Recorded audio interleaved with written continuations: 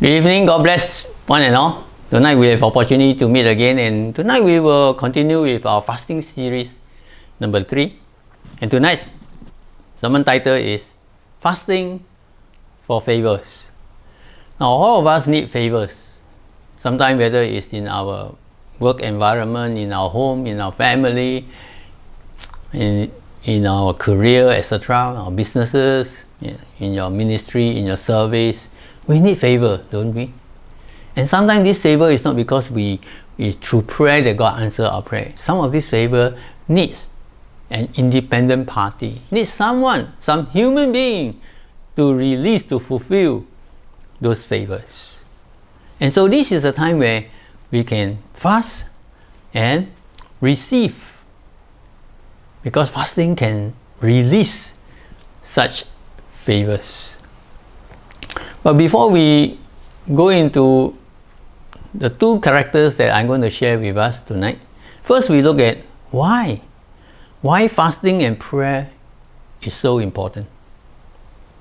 Well, perhaps we may know the reason, or perhaps we may not know the reason. Nonetheless, let me share with you this.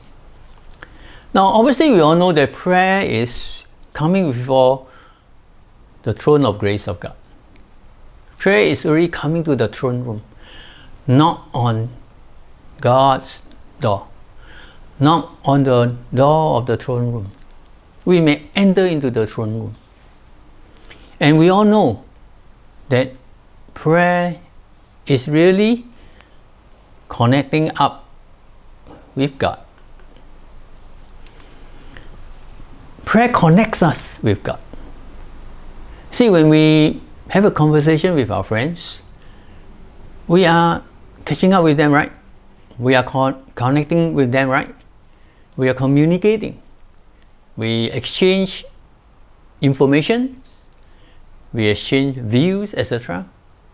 And in the same, when we pray, we are connecting with God.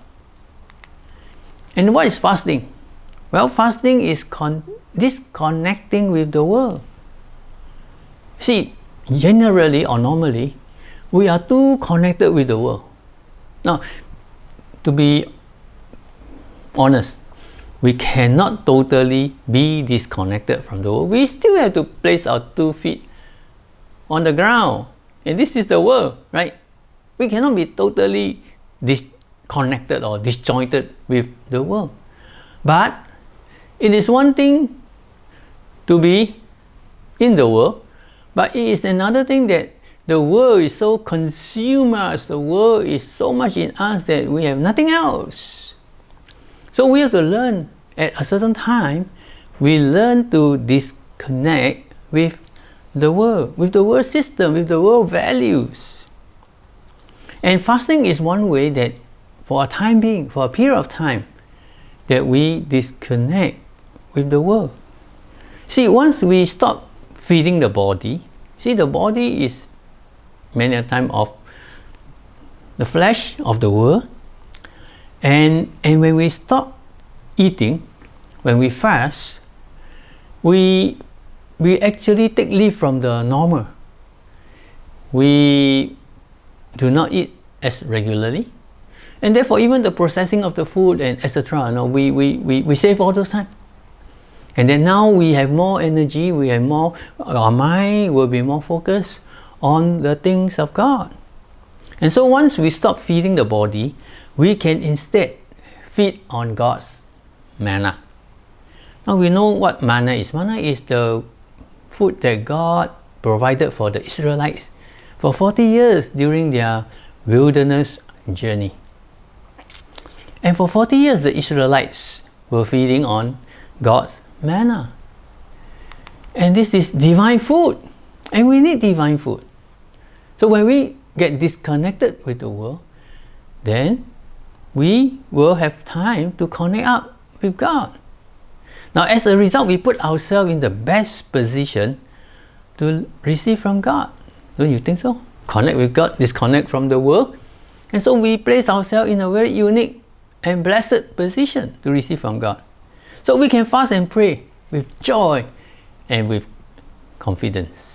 That's why fasting and prayer is so important. Well, tonight the first character we're going to look at is Esther. Now, fasting released favor to Esther, to Queen Esther. Now, often we connect with the wrong source and target. Is it not true? When we talk about prayer, when we talk about food, we are so consumed by the things of the world.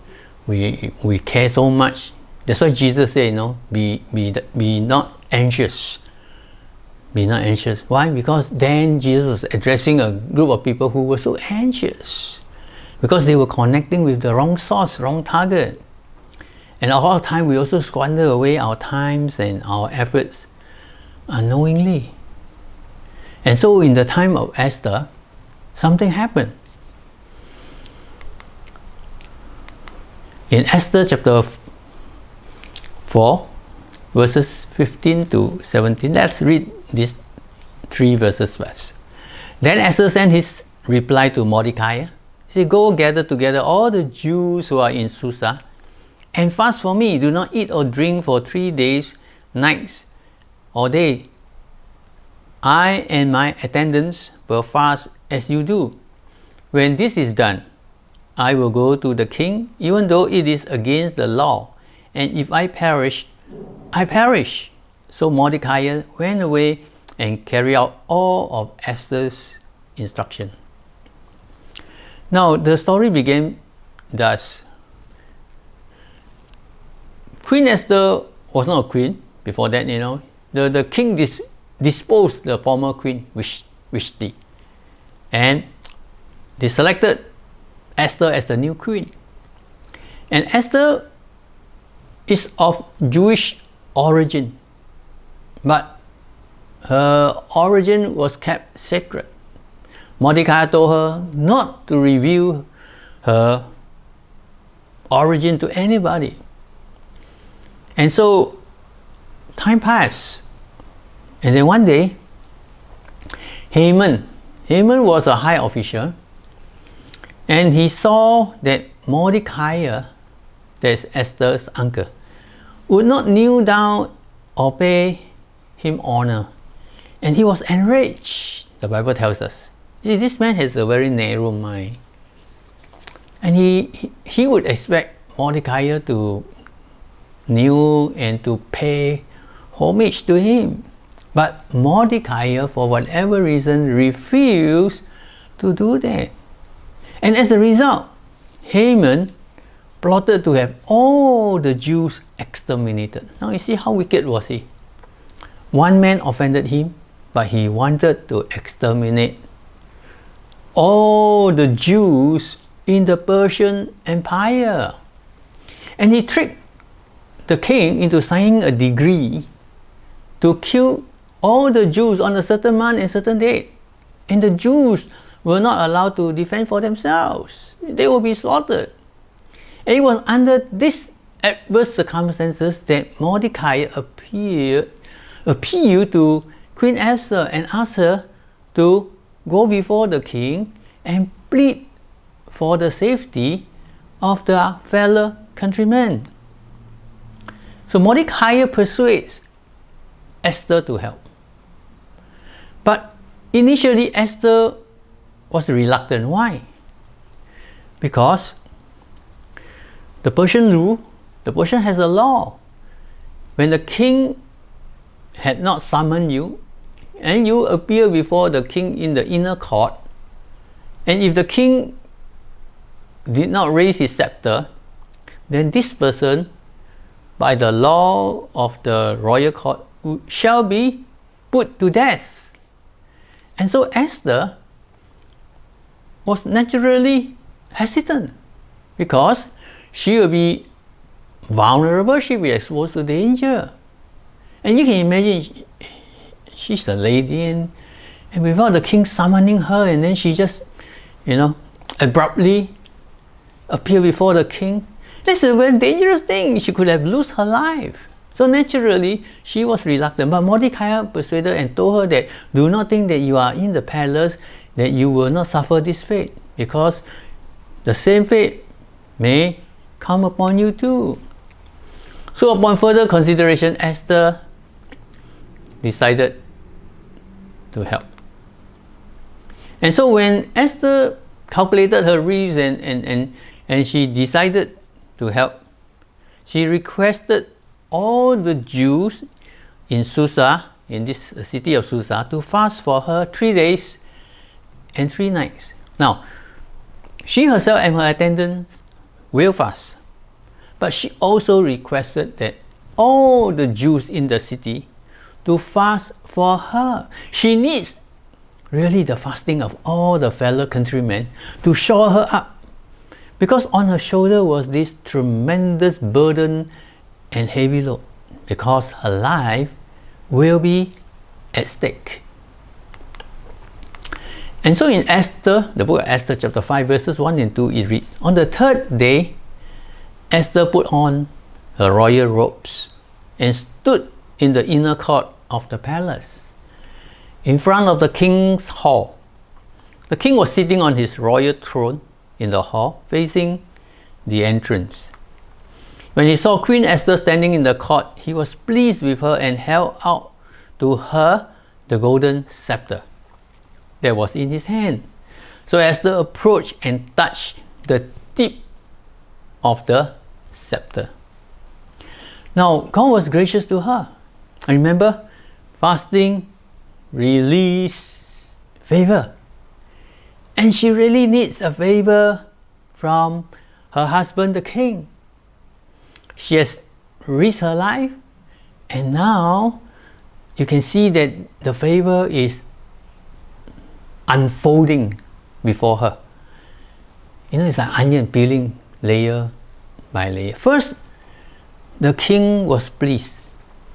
The king welcomes her to appear before him. The king stretched out his scepter and allowed Esther to touch, to signifying that the king was pleased. So Esther's life was back, and now Esther is in good position, in fact in great position. In Esther chapter 5 verses 3 and 4 says, then the king asked, what is it, Queen Esther? What is your request? Now it's amazing, right? Esther has not opened her mouth. Now the king opened his mouth first. And it was the king who asked Esther, what is your request? And the king said this, even up to half the kingdom, it will be given you if it pleases the king, replied Esther. Let the king together with Haman come today to a banquet I have prepared for him. Now see, the king was prepared to give half of his kingdom to Esther. Now think about it. What kind of favor is Esther receiving now?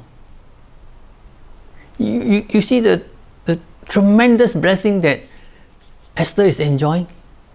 The great favor that is showered upon her?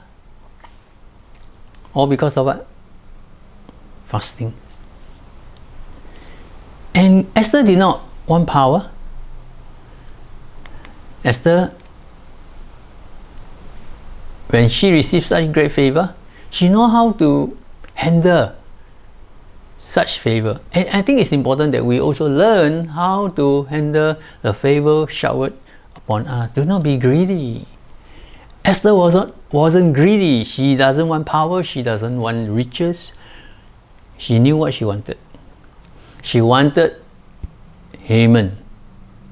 She wanted the king and Haman to come to her banquet so that she would... Actually, it was something that I don't believe that she planned, but she trusted the Lord that things will unfold in such a way that she will be able to thwart Haman's evil plot. So she asked for Haman to be present at her banquet together with the queen. Now obviously we know the end of the story. The end of the story was Haman was hung on the very gallows that he built for Mordecai. And so all the Jews in the empire were saved. And that is the story.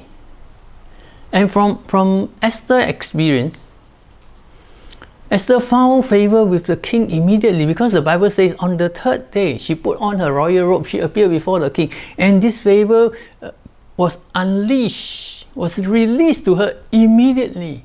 Oh, how blessed. So fasting releases favor. I don't know about you. You may need a favor. How are you going to get a favor?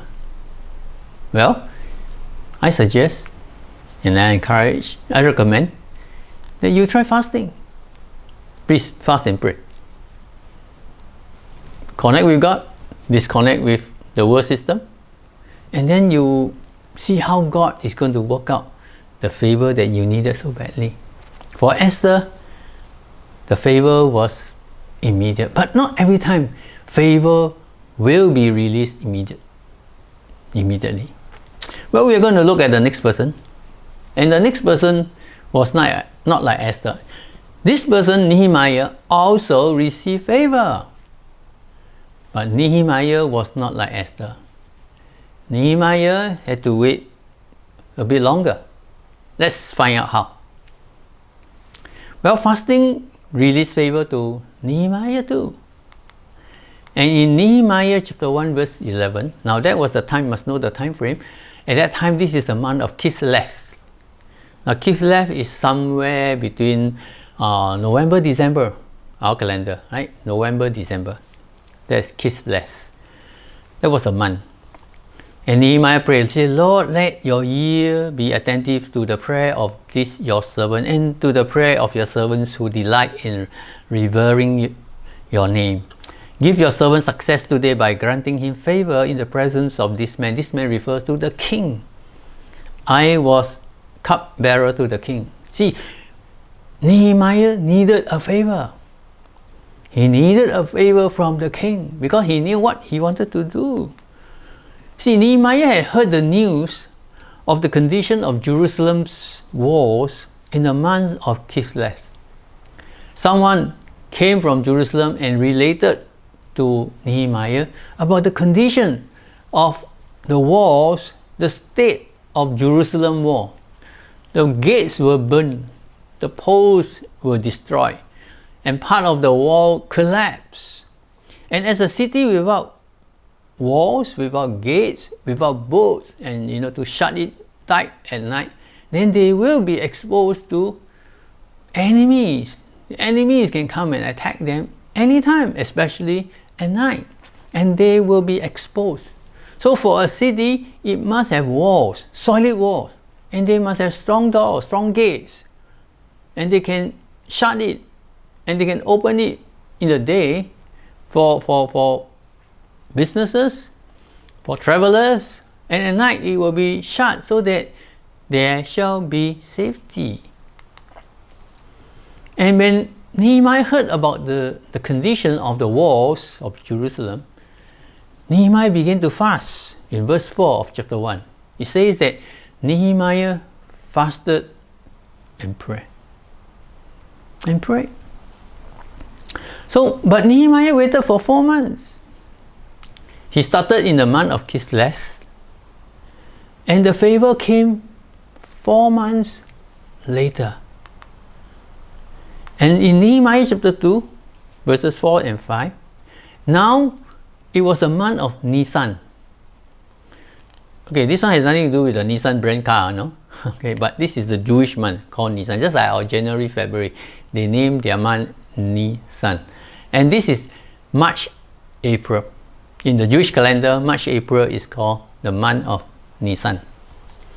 The king said to me, what is it you want? Then I prayed to God of heaven, and I answered the king, if it pleases the king, and if your servant has found favor, you see, your servant has found favor in his sight, let him send me to the city in Judah where my ancestors are buried, so that I can rebuild it.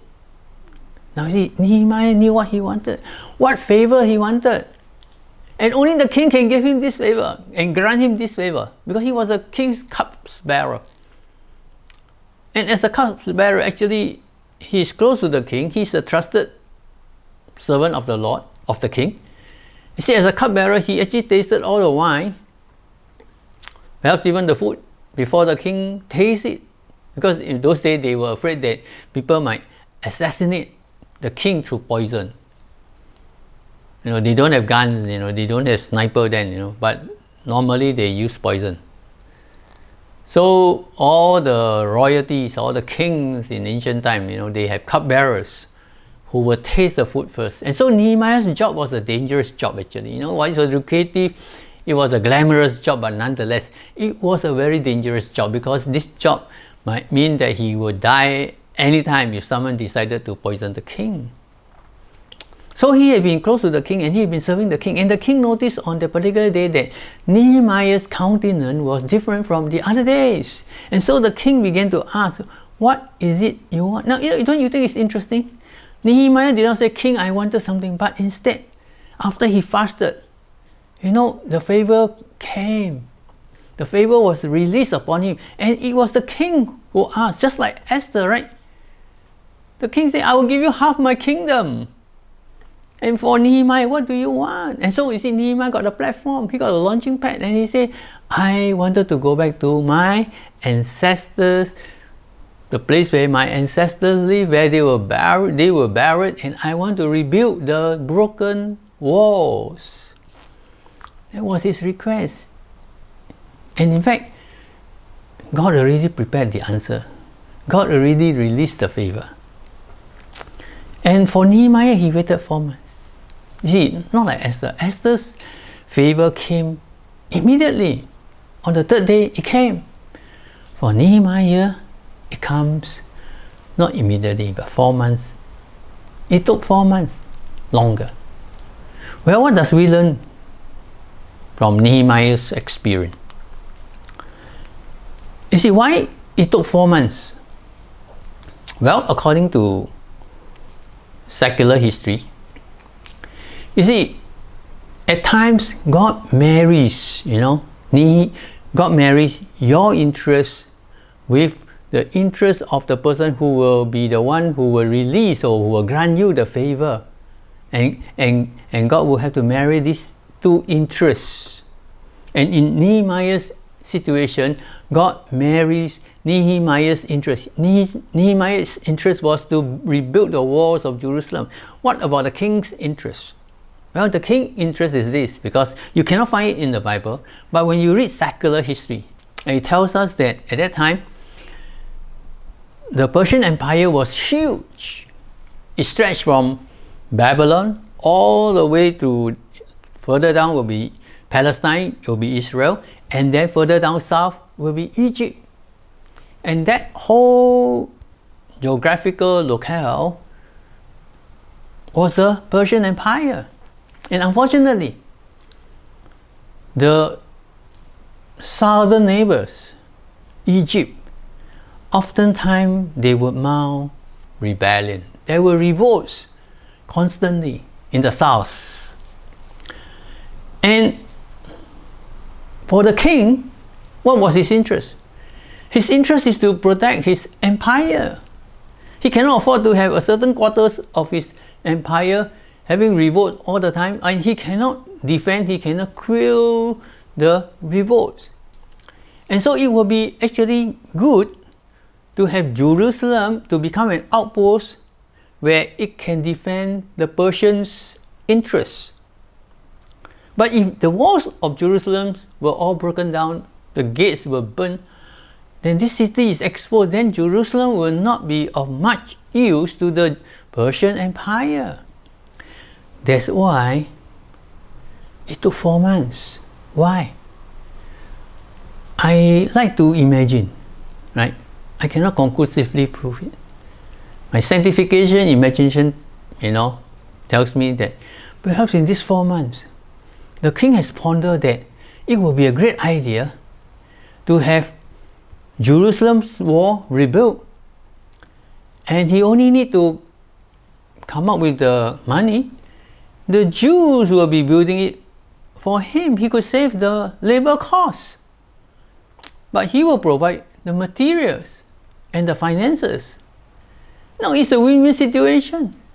He get a strong outpost to defend his interests from the Egyptians' revolt, and then Nehemiah will be bringing all the Jews back to Jerusalem and help rebuild the wall. That's why the king provided Nehemiah with letters.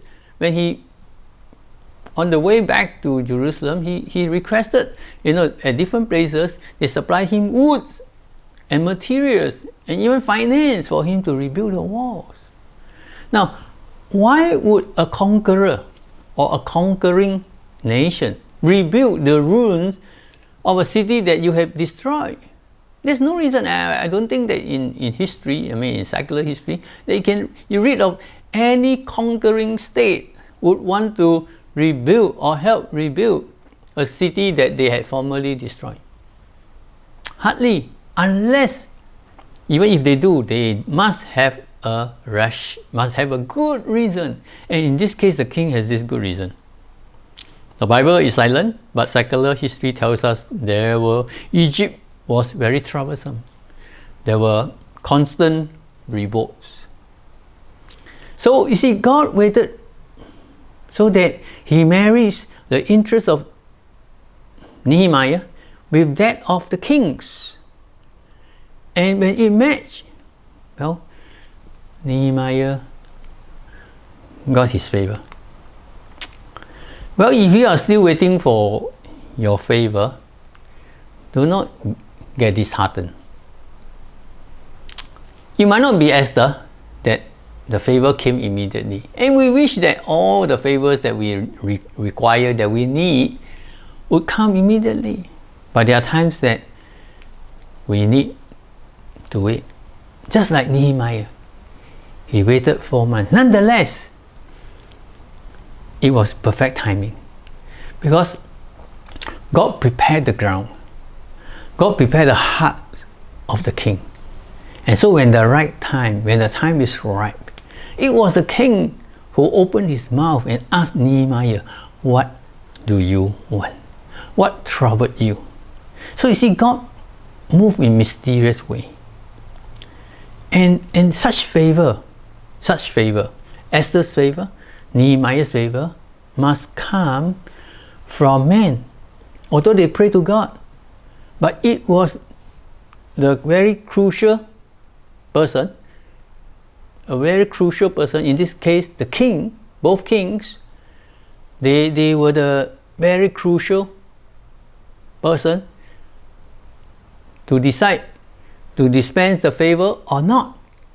And see, such favor comes from men, not from God directly, but indirectly through a human being. And so when we need this kind of favor, there are times that it comes immediately. There are times it may be delayed for 4 months. But nonetheless, God has prepared both kings. And I believe and I'm confident that God would have also prepared those people that will dispense the favor to you.